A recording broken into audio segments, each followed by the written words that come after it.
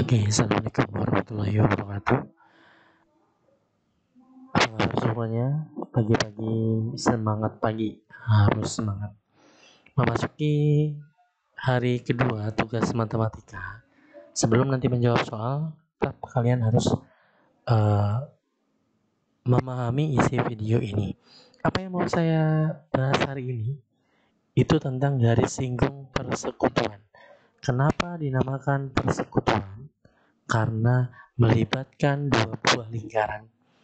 Kalau kemarin kan lingkarannya cuma satu, makanya garis singgung saja. Kalau sekarang judulnya adalah garis singgung persekutuan. Kenapa dikatakan persekutuan? Karena ada dua lingkaran. Nah, seperti kita lihat di gambar, ada garis singgung persekutuan luar, ada gambar garis singgung persekutuan dalam. Bedanya di mana? Nah, sekarang kita pahami unsur-unsurnya. Garis singgungnya itu yang berwarna merah nih, dari titik C ke titik D. Ini namanya garis singgung nih, yang merah-merah ini. Ada yang di luar, ada yang ke dalam. Nah, yang ke dalam itu garis merahnya masuk ke dalam. Ya, kalau yang di luar dia hanya bersinggungan di luar, kalau di dalam dia merahnya masuk. Nah, yang merah-merah inilah yang dinamakan garis singgung persekutuan. Nah, karena ada dua lingkaran, berarti ada dua titik pusat. Kita lihat yang luar dulu nih. Titik pusatnya ada titik A, ada titik B. Nah, dari A ke B itu namanya jarak. Nah, kalau yang ini jaraknya yang mana? Ya, betul. Dari O ke B. Ini namanya jarak. Jarak kedua titik pusat. Nah, jadi kalau ada titik pusat ketemu, itu namanya jarak. Nah, kalau yang hijau ini namanya apa? Ini namanya R1. Nah, R1 apa? Jari-jari lingkaran pertama. Nah, ini juga R1. Nah, R1. R2-nya mana? Ini BC. BC ini adalah R2. Jari-jari yang kedua. Ini juga BC adalah R2. Nah, ini adalah R2. Jari-jari lingkaran yang kedua. Yang merah ini namanya garis singgung. Kalau yang luar itu biasanya disingkat GSL. Nah, itu garis singgung luar. Kalau yang ke dalam itu namanya GSD. Garis singgung persekutuan dalam, singkatannya. Sampai sini paham nggak nih unsur-unsurnya? Ya, coba kita ulang lagi. Ada apa aja tadi? Ada jari-jari, ada R1, ada R2, jari-jari yang pertama dengan jari-jari yang kedua. Lalu ada jarak titik pusat. Lalu ada garis singgungnya. Garis singgungnya tergantung dia luar atau dalam. Kalau luar, dia hanya ada di luar. Kalau dalam, dia ke dalam, masuk ke dalam. Itu bedanya. Dari gambar saja sudah beda. Nah, dari gambar udah tahu ya.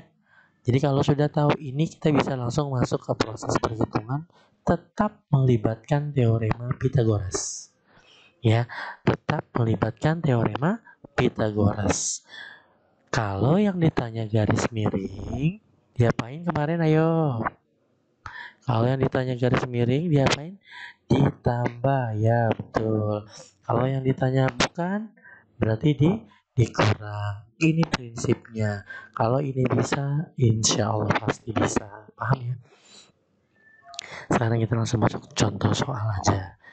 Oke, saya hapus dulu ya ini semuanya ya. Nah, ini saya hapus.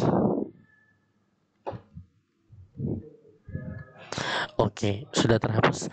Kita akan bisa isi materi lagi. Saya akan upload soalnya kayak apa. Saya nerangin cuma 2 soal aja. Tolong disimak soalnya kayak apa. Oke, saya terangin seperti ini. Kita baca soalnya. Jari-jari dua lingkaran masing-masing adalah 16 dan 24. Nah, di sini harus kita catat apa yang diketahui. Oke, sekarang kita catat apa yang diketahui di sini. Jari-jari dari dua lingkaran masing-masing 16 dan 24. Berarti kita bisa tahu bahwa R1-nya itu adalah boleh 16, boleh 24. Ya, saya 16 aja tulisnya karena 16 yang pertama kali disebut. R1-nya 16, lalu apalagi di situ yang diketahui? R2-nya adalah berapa di situ? 24. Nah, jika garis singgung persekutuan dalam 9, jika garis singgung persekutuan dalamnya 9, berarti kan GSD ya? GSD. Nah, jika GSD-nya adalah 9, maka yang ditanya berapa jarak? Nah, yang ditanya adalah jarak. Nah, yang ditanya adalah jarak. Berapa jaraknya? Nah, caranya adalah bikin segitiga siku-siku dulu. Nah, kita bikin. Karena ini tentang teorema Pythagoras. Setelah itu, kalau dia garis singgung persekutuan dalam, maka R1 itu harus ditambah dengan R2. R1 ditambah dengan R2. Nah, berarti 16 ditambah 24. Nanti kalau soalnya GSL atau garis singgung luar, ada kata luar-luarnya, itu R1-nya dikurang sama R2-nya. Atau yang paling besar dikurang yang paling kecil. Nanti kita akan coba satu lagi ya. Nah, ini gak ada gambarnya, jadi gak usah panik ya. R1 tambah R2, 16 tambah 24, berapa itu kira-kira? 40 ya? Oke, 40. Nah, kita lihat ya segitiga siku-sikunya. Kita cari dulu jarak. Ada nggak di sini jarak? Ada nih jarak. Ada nggak isinya? Nggak ada angkanya. Ya udah tulis tanda tanya. Nah, berarti yang mau kita cari adalah garis miringnya nanti. Perlu kalian ketahui, jarak itu taruhnya di garis miring. Ya, jarak itu taruhnya di garis miring. Sisanya kan ada 2 nih. Ya, ada 2. Ini bebas. 9 mau taruh di mana? Ayo. 9 taruh sini, boleh, sini boleh. Mau sini, 9 taruh di sini. Sisanya yang sudah dijumlahkan yang dimasukkan 40. Nah, masukkan di sini 40. Nah, jangan 16, jangan 24, tapi ditambah dulu karena dalam itu rumus GSD itu jari-jarinya ditambah. Ya, untuk GSD itu jari-jarinya ditambah. Oke? Nah, makanya yang dimasukin ke sini adalah 40. Kita akan mencari jarak.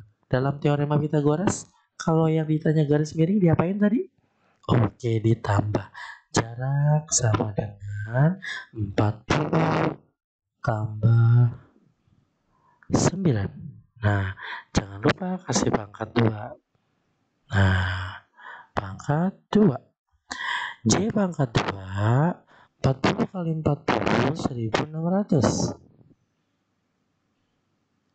Ditambah 9 kali 9, hasilnya 81. Kalau ditambahin mereka berdua, maka hasilnya 1681. Maka lanjut ke sini ya. J-nya adalah akar dari 1681.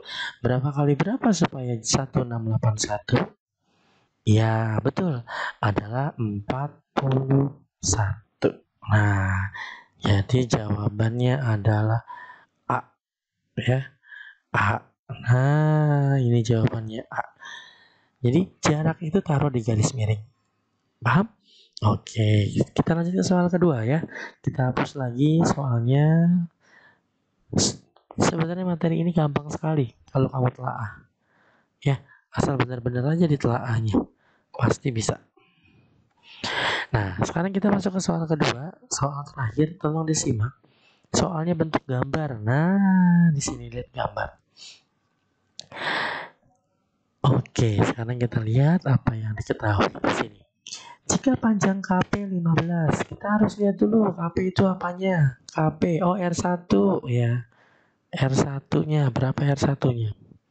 Ya, 15. SQ mana SQ? SQ, oh SQ-nya 3, berarti R2 ya. Itu kan jari-jari. R2, R2-nya 3. Nah, ini gambar apa? GSL apa GSD? Ya, GSL, karena K sama S itu garis singgungnya ada di luar. Kalau di luar itu kayak rantai sepeda. Nah, rantai sepeda ini, ban depan sama ban belakang. Nah, ini rantainya. Jadi, nah kalau untuk soal garis singgung luar, R1-nya sama R2-nya jangan ditambah. Kalau untuk GSL, nah di sini bedanya. Kalau untuk GSL, R1 dikurang R2. Ya, R1-nya 15 dikurang 3. Berapa 15 kurang 3? Hasilnya 12. Ya. Lalu PQ-nya, PQ apa tuh? PQ mana PQ? PQ ini kan titik pusat ketemu titik pusat. Oh, berarti jarak. Ya, jaraknya jarak sama dengan 20 jaraknya. Yang ditanya adalah panjang KS. KS itu adalah GSL-nya. Nah, kita bisa ya bikin segitiga siku-sikunya ya. Nah, kita bikin segitiga siku-sikunya. Nah, ini kan berantakan ya. Biar nggak berantakan, kita ulang deh. Nah, tetap berantakan nggak apa-apa ya. Nah, tadi di garis miring itu untuk apa? Untuk jarak. Ada nggak jaraknya di sini? Ada. Berapa jaraknya? 20. Nah, sisanya kita taruh 12. Jangan yang 15, jangan 3. Ini kan belum diapa-apain. Taruh 12 di mana aja bebas. Mau di sini boleh, sini boleh. Saya maunya di sini boleh ya, 12. Berarti di sini kosong. Di sini X. Kita mau nyari garis ini. Garis ini pasti garis GSL. Pertanyaannya, kalau teorema Pitagoras, ini garis miring atau bukan? Bukan, berarti diapain? Dikurang. X sama dengan, jangan kebalik ya, 20 dikurang 12. Jangan lupa kasih pangkat 2-nya. X pangkat 2 sama dengan 400. Ya, 20 kali 20 400 ya. Dikurang 144. Nah, X pangkat 2 sama dengan 256. Nah, X sama dengan akar 256. Berapa kali berapa yang hasilnya 256? Coba lihat catatannya. Iya, 16. Berarti jawabannya adalah yang D. Jawabannya. Ya, nanti soalnya itu aja. Oke? Mudah dimengerti bukan? Jadi, yang perlu kalian ingat ketika menyelesaikan, yang pertama tipsnya untuk soal ini. Bedakan jenis GSL dengan GSD. Nah, itu intinya yang pertama. Baca soalnya atau tebak gambarnya, apakah ini GSL, apa ini GSD. Kalau ini GSL, maka dua jari-jarinya dikurang. Kalau ini GSD, berarti dua jari-jarinya ditambah. Setelah itu bikin segitiga siku-siku, jaraknya taruh di garis miring, sisanya ketukar nggak apa-apa. Intinya itu aja. Setelah itu masuk ke proses perhitungan teorema Pythagoras. Oke, sudah mengerti ya? Nanti dicoba soalnya. Kurang lebih itu saja pelajaran hari ini. Kita akhiri. Assalamualaikum warahmatullahi wabarakatuh.